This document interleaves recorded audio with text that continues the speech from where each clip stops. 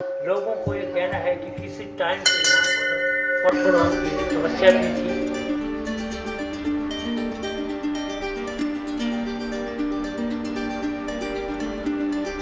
तो उनको मैंने देखा है ढूंढते हुए पानी को। आप देखेंगे सांप ऐसे चलता है, सांप की लेर की तरह पानी की लेर होती है।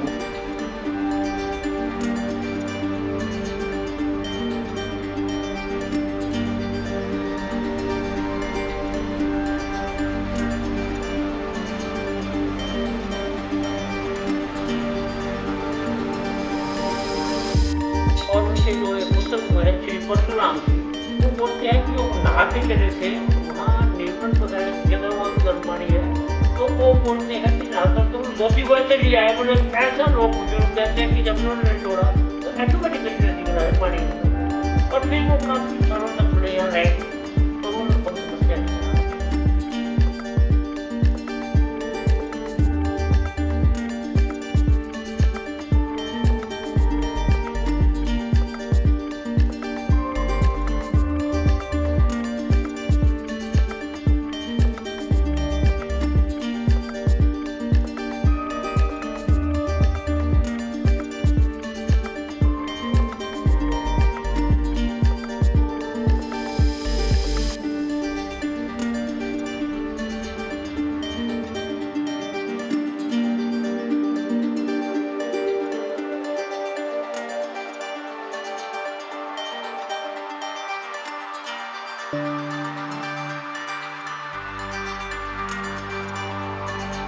इस मंदिर की क्या कुछ मान्यता है? यहाँ पर गर्म पानी जो निकलता है वो कहाँ से निकलता है? नेचुरल आता है? और यहाँ पर क्या कुछ टूरिज्म की व्यवस्था है? वो नेचुरल ही है, जमीन से नेचुरल आता है, और सत्ता पानी, इसीलिए इसका सत्ता पानी नाम रखा हुआ। अगर ये पहाड़ी भाषा में आप देखें तो जिसको हम हॉट वाटर कहते हैं, सत्ता पानी, ये नेचुरल है। यहाँ पे ये सराउंडिंग चारों तरफ से है।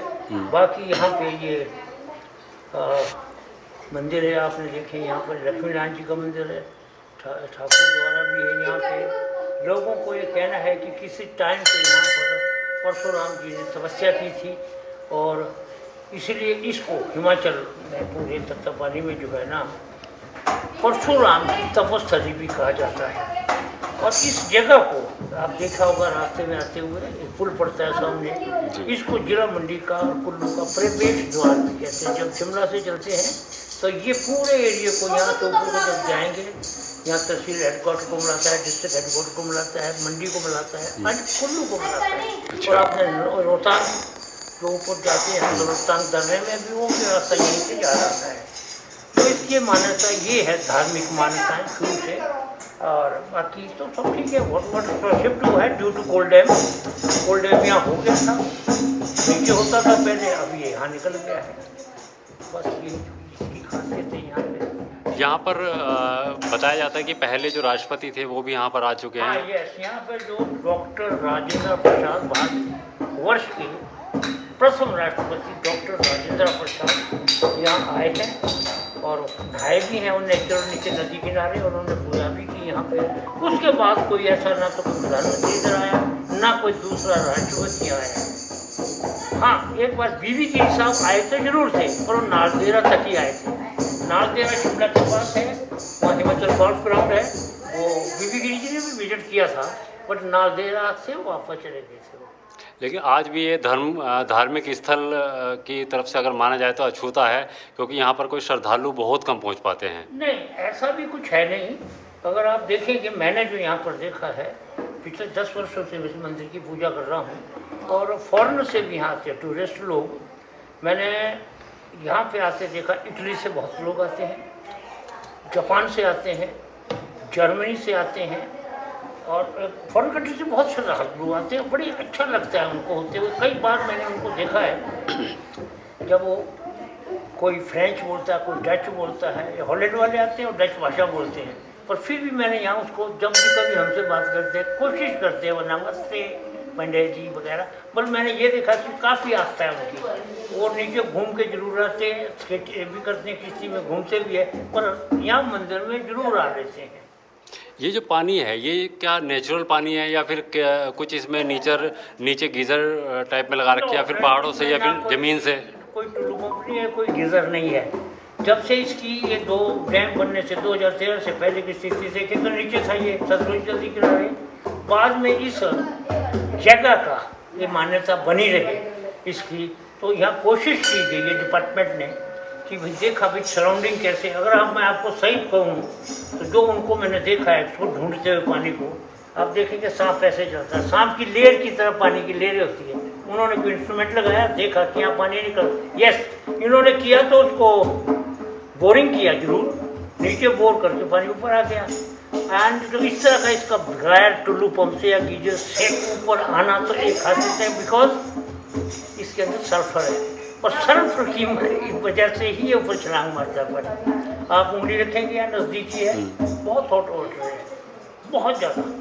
एक यहाँ मर्दों को नहाने के लिए मिला है, सामने आप देखेंगे जिसमें लाल शीट्स है, ये लेडीज़ के लिए महिला स्नानागार लिखा है। थोड़ा सा ऊपर जाएंगे छोटे छोटे और नहाने के हैं, एक बच्चों के लिए पूल बना हुआ है, आते हैं बहुत लोग। कब से ये पानी गर्म निकल रहा है यहाँ पर? ये देखिए पानी तो ओरिजिनल था वो तो सर्दियों और से। कैसे निकलता था ये पानी? देखिए ये तो अभी निकल रहा है तो फिर इसको बोर करना पड़ा, पहले ओरिजिनल ही नीचे से था, ज़्यादा कोई गहरा नहीं था। कैसा कुछ मान्यता है कि कैसे ये गर्म पानी आना शुरू हुआ? क्योंकि हर जगह तो ठंडा पानी आता है कहीं भी, लेकिन ये शायद भारत का पहला स्थान ऐसा है सतलुज नाम की नदी के नाम से बैठे हैं, और ये देखो हिमालय पर्वत से निकलती है जो चाइना से आ रही है। चाहती है, अगर चाहता तो सतलुज नहीं किनारे कहीं और भी निकल सकता था। सवाल ये उठता है कि यहीं क्यों निकलता है। हाँ, ये मैंने पूरे भारत में यही क्यों निकलता है? बोलते हैं जो श्री जगदम्बिनी ऋषि जी जो हुए हैं और उनके जो एक पुत्र हुए हैं श्री परशुराम जी, वो बोलते हैं कि वो नहा के चले थे, वहाँ निर्मल वगैरह की जगह वहाँ भी गर्म पानी है, तो वो बोलते हैं कि नहा करके बोले धोती को ऐसे लिया है, बोले ऐसा लोग बुजुर्ग कहते हैं कि जब उन्होंने नहीं छोड़ा तो ऑटोमेटिकली नदी किनारे पानी निकल गया बोले, और फिर वो काफ़ी सालों तक बोले यहाँ रह गए और उन्होंने बहुत तपस्या की यहाँ। वो बात दूसरी है, अभी तो साइंटिफिक तरीके से इसको यहाँ पर निकाला गया, पर है वो ही ओरिजिनल वाटर ये जमीन से वाला, विदाउट एनी टूलू पंप। नहीं तो लोग लगाते किसी मोटर लगी है 1 हॉर्स 2 हॉर्स नथिंग, ये खुद ही छलांग मार रहा नीचे जमीन से। ये सतलुज नदी है क्या? ये चाइना से जो नदी आ रही है यहाँ पे, ये वही वाली हिमालय पर्वत से निकलती है, हिमालय पर्वत से। ये हिमालय पर्वत से निकलती है और ये होते हुए सीधी निकल जाती है आगे भाखड़ा डैम। आपने देखा वर्ल्ड का भाखड़ा नागर डैम, वहाँ डैम बन गया और उस नदी को वहाँ रोक दिया गया और छोटी छोटी नहरें फिर आगे निकाली हुई है। बाकी हिमालय पर्वत से निकलने के बाद डैम में वहीं पर कौन कौन से बॉर्डर लगते हैं आसपास यहाँ पर? यहाँ अगर आप इधर को जाएंगे इस तरफ सराउंडिंग चाइना बॉर्डर है, जैनी तरफ जाएंगे तो अगर हम सिक्किम को आगे जाएंगे, सिक्किम के दाहिने हाथ को भूटान का बॉर्डर भी लगता है वहाँ। एंड उसके बाद अगर उसी श्रृंखला में हम इधर को आएंगे तो हिमाचल प्रदेश का एक चंबा डिस्ट्रिक्ट है, और चंबा डिस्ट्रिक्ट के साथ ही फिर चाइना का बॉर्डर लगते लगते लगते आगे पाकिस्तान की सीमा भी आ जाती है। और उसी से हम अगर ऊपर JNK से लेकर सीधे नीचे आएँ तो बिल्कुल जम्मू एंड कश्मीर के साथ चलते चलते छमजोड़ियों से लेकर वो आगे तक चला जाता पाकिस्तान का बॉर्डर। तो ये सारे सबसे ज़्यादा हमें वहाँ बांग्लादेश तो साइड में है ही है, पर हमें पाकिस्तान और चीन सबसे ज़्यादा हमारा ये है, 2 ही देशों का ज़्यादा बॉर्डर है। कभी आपने सरकारों से बात करने की कोशिश नहीं की कि इसको पर्यटन स्थल बनाया जाए या फिर धार्मिक स्थल बनाने की बात की जाए? बहुत ज़्यादा बात तो की है, आते रहते हैं लोग, यहाँ आते रहते हैं। एंड कभी जनप्रतिनिधि यहाँ पर आते हों या फिर प्रधानमंत्री, मुख्यमंत्री जी भी यहाँ पर आते रहते हैं। एंड तब जब उसको बोला कि ज़मीन अक्वायर कर लो, कहीं कम से कम टूरिज़्म तो होना चाहिए। पर थोड़ा सा एक फ़ायदा है यहाँ पर कि सामने देखेंगे आप बड़ा होटल है, हॉट स्प्रिंग के नाम से है ये, जिन्होंने ये टूरिज़्म का काम भी संभाला हुआ है, गवर्नमेंट से लीज पे लिया हुआ है, साथ में इन्होंने किस्तियाँ का भी किया हुआ है, तो इससे थोड़ा सा बढ़ावा मिल रहा है। इससे थोड़ा सा तो नहीं, फिर भी बहुत ज़्यादा कहूँगा मैं। वो गवर्नमेंट की तरफ से टूरिज्म सबसे नहीं हुआ जब से वो नीचे डूब गया। काफ़ी सारी कोशिश की है बताने की, पर लैंड ही इनको अभी यहाँ तक मिल रही है सरकारी, सब उसके नए नए रिक्वायर की। तो इसलिए अगर टूरिज्म यहाँ हो गया होता तो और भी थोड़ी सी। क्या मांग करते हैं? सरकार से कुछ मांग करेंगे?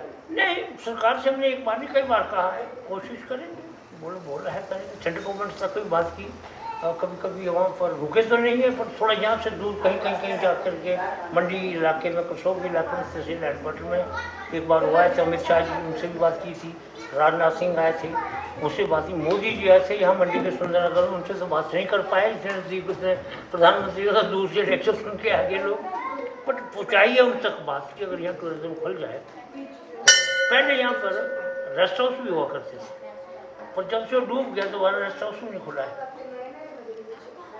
जनवरी 13 को लोहड़ी का मेला लगता है यहाँ, और 14 को मकर संक्रांति का जो मेला लगता है वो 1 महीने तक चलता रहता है। अभी सन मुझे अच्छी तरह से याद नहीं आ रहा है, इसी सामने वाले ग्राउंड में तब यहाँ के हिमाचल प्रदेश के श्री जयराम जी मुख्यमंत्री हुआ करते थे। यहाँ पर एक माघ महीने में जो होता है ये जनवरी में, उसमें खिचड़ी का प्रोग्राम होता है। तो मकर संक्रांति 140 या कुछ करके एक के साथ गणेश बुक में इसकी एंट्री हुई, इस खिचड़ी की रिकॉर्ड किया करके, और वो भाई एक ही साथ सामने पता नहीं 140 कितने मण बोलते थे पुराने जमाने में, खिचड़ी पकाई गई थी। और सब मंत्रियों ने, संतरियों ने, श्रद्धालुओं ने खूब सुबह से शाम तक को भरोसा किया। और हर साल मेला लगता है जनवरी में, 13 को लोहड़ी, 14 को मकर संक्रांति को, और फिर 1 महीने तक वो मेला लगा ही रहता है, लगातार चलता है। फिर मेला भी लगता है, लोग व्यापारी भी आते हैं, यूपी से बहुत व्यापारी आते हैं, बहुत आते हैं यहाँ पे व्यापारी, यहाँ जगह नहीं रहती नीचे, ऐसा है। ये यहाँ की और खासियत है, ये भी बुजुर्गों के टाइम से, पुराने ही टाइम से है, चला आ रहा है। ये चला हुआ है, ये खासियत और है इसकी।